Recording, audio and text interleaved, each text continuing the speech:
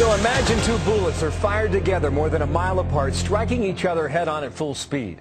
That's what scientists in Switzerland have now done, except they use subatomic particles, moving at near the speed of light. And they say the success of this experiment using the Hadron Collider will now shed new light on the Big Bang and answer some of the most exciting questions about the universe. Michio Kaku is a theoretical physics professor, host of the new Science Channel series Sci-Fi Science, Physics of the Impossible, based on his best-selling book. Nice to see you. I like that graphic there. We'll cue that up and roll that for you again. Okay. So you got this giant donut, right? It's being used to smash particles together to simulate the Big Bang from so many years ago. They worked on this sucker for 16 years. That's right. They finally did it, and you say it's only a pea shooter.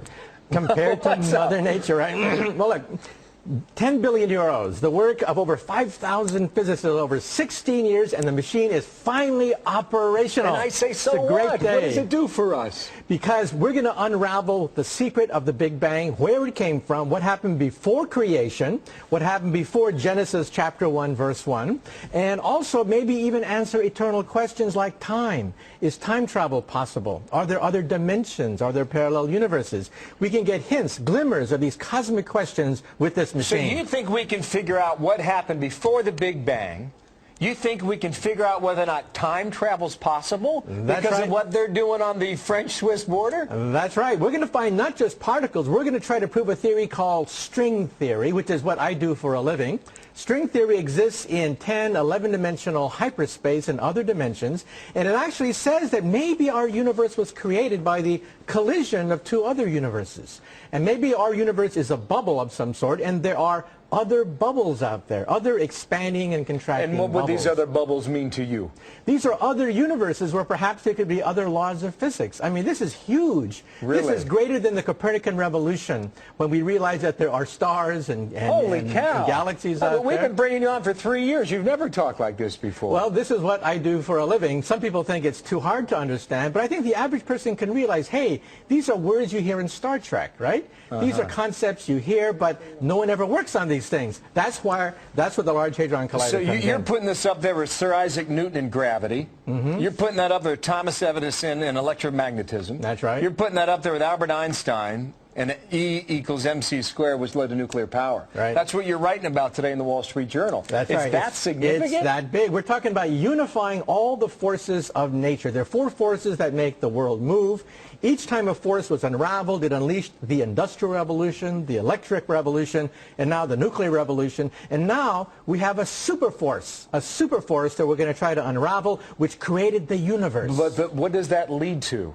Do we know yet? We don't know yet. Now, in the short term, people say, will I get better color television? Will I get better internet reception? Cell service? Yeah. And the answer is no.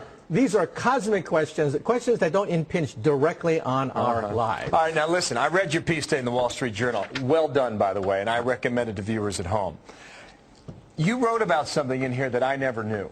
Ronald Reagan approved this to be built outside of Dallas, Texas. Right. They spent $1 billion, dug a giant hole, and nothing happened. Right. In 1993, they spent another $1 billion and filled in the hole. And now all these physics professors who are conducting these experiments in Europe, it could have been happening here at home. And you're suggesting there's a bit of a brain drain from the United States to Europe to pursue projects like these. Right. This machine could have been our machine. Ronald Reagan wanted a machine 3 times bigger than this pea shooter in Geneva, Switzerland. But Congress canceled it, and now the Europeans are creating the new Vatican of physics. Physicists are leaving the United States to go to Geneva, Switzerland. They get this brand new machine, and what do we get? We get a $2 billion hole. Who made that call? The United States Congress canceled the machine over the objections of President Ronald Reagan. We don't like being number 2, but we like having you. Michio, thank you. Michio Kaku with us today. Fascinating stuff. So $1 billion to dig the hole. Yeah. To build this, so we can do it here at home. Fill in the hole. Then a $1 billion decision by Congress, fill it in. Yeah. And now brain drain to Europe. We get of all places. They get the machine. We get a hole. Wow. That's interesting. That's interesting to cook over. Thank you very much, Michio. Thanks, Bill. All right.